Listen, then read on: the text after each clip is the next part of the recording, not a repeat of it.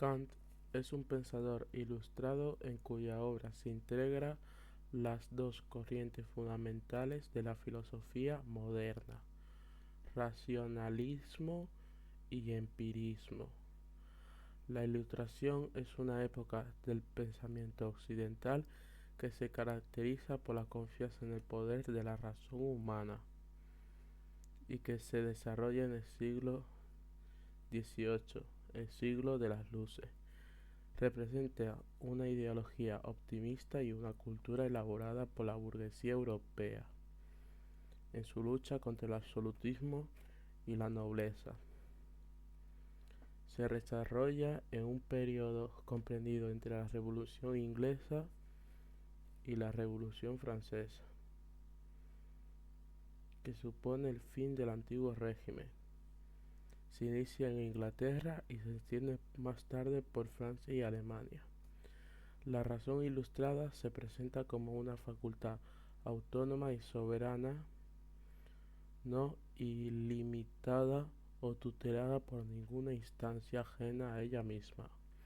Esta razón permite a los seres humanos liberarse de las cadenas de la traición, la ignorancia y la superstición. La educación, la cultura, la ciencia y la técnica son los instrumentos que posibilitan el progreso de la humanidad. Como afirma el propio Kant, la Ilustración es la salida del pensamiento de su autoculpable minoría de edad. Desde el punto de vista filosófico, la tarea fundamental de Kant es someter a la crítica a la razón para resolver la discrepancia y el antagonismo entre las diversas interpretaciones de la razón presente en la modernidad. Desde esta perspectiva, a la filosofía le corresponde responder a tres grandes preguntas: ¿qué puedo conocer? ¿Qué debo hacer? ¿Y qué me cabe esperar?, que son recorridas en una cuarta que se engloba, que es el hombre. Cuando Kant aborda el problema del conocimiento, recoge en su filosofía la influencia de nacionalistas y empiristas. Su formación inicial estuvo marcada por la influencia del racionalismo de Wolff, cuyo dogmatismo Kant se esforzó en superar, pero fue la lectura de Hume la que le hizo despertar de su sueño dogmático y darse cuenta de la importancia crucial de la experiencia en el conocimiento humano.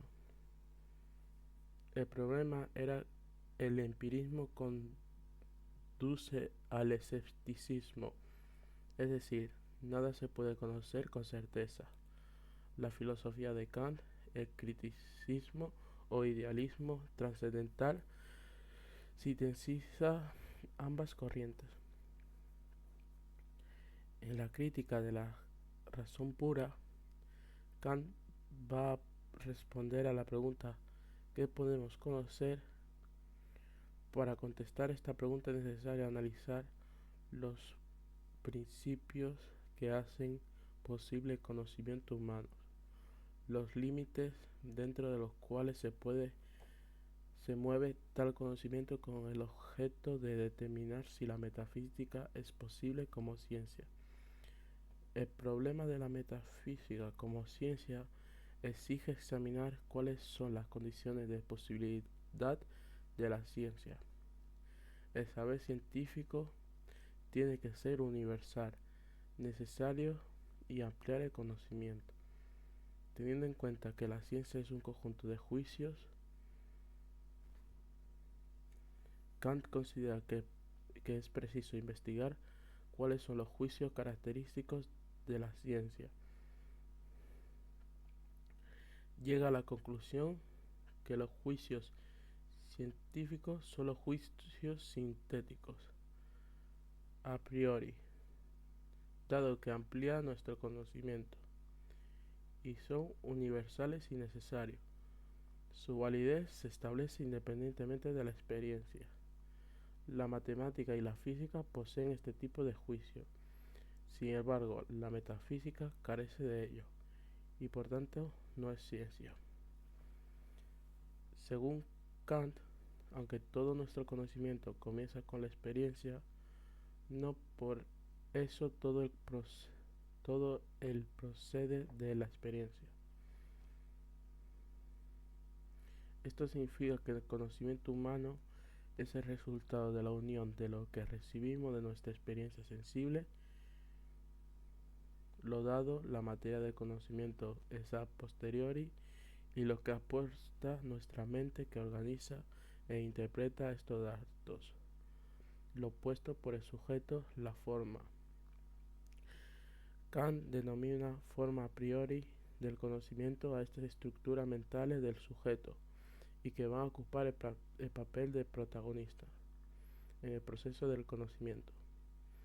Al colocar al sujeto en el centro, Kant lleva a cabo un giro copernicano, una auténtica revolución en la forma de entender el conocimiento, comparable a la realizada por Copérnico en astronomía. La crítica de la razón pura. Esta estructura está en tres partes fundamentales. En la estética trascendental, estudia la sensibilidad. La sensibilidad es la capacidad de recibir impresiones del mundo exterior, al ser afectado por los objetos. Nuestra mente estructura y ordena estas impresiones en el espacio y en el tiempo, llamadas por Kant formas a priori de la sensibilidad o intuiciones puras. Espacio y tiempo no están en las cosas, pertenecen a estructura mental del sujeto.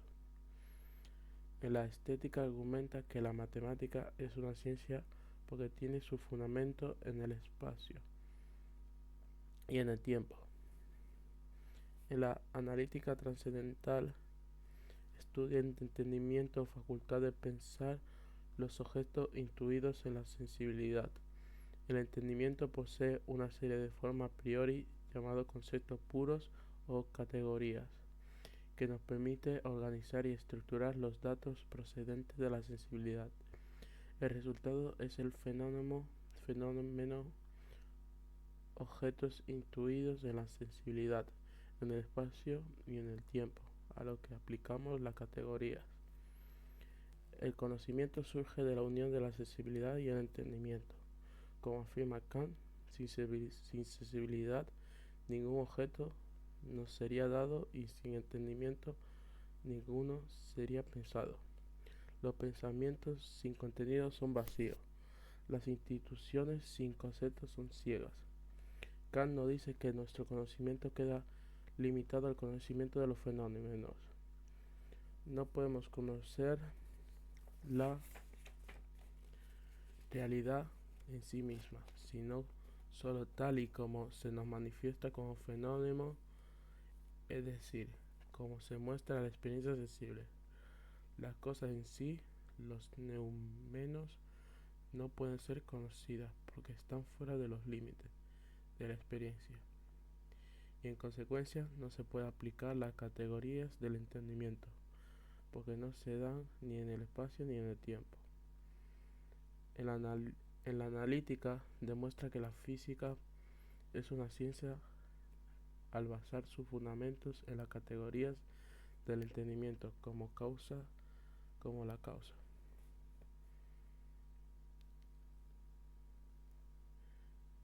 En la dialéctica trascendental estudia la razón y sus ideas. Según Kant, el ser humano tiene la tendencia natural e inevitable a buscar explicaciones generales y globales para todo lo que existe. Por eso nuestra razón tiende a sintetizar de manera natural nuestro conocimiento englobado todo en tres grandes ideas. La idea de la razón, alma, mundo y Dios no designa realidades que se puedan conocer, aunque sí pueden ser pensadas. Son neumenos, cosas en sí, y son incognoscibles, porque el límite del conocimiento humano son los fenómenos. sirven de todas formas como modelo que regula y orienta el conocimiento humano, sirven para pensar y constituyen fundamento moral kantiano. Kant concluye afirmando que la metafísica entiende como conocimiento de las realidades que están más allá de la experiencia. Es imposible como ciencia de las ideas de la razón, objeto tradicional de la metafísica, no constituye conocimiento científico. Son como el horizonte que se busca pero se sabe que es inalcanzable.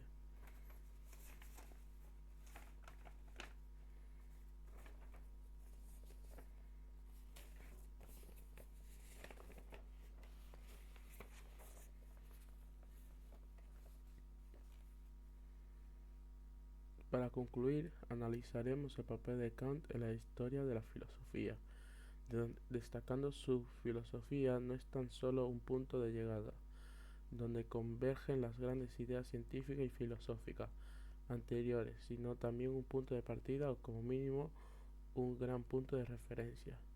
Sin duda, la repercusión directa más clara de la filosofía kantiana la encontramos en el idealismo alemán, movimiento filosófico de la primera mitad del siglo XIX y que tiene su origen en nuestro autor.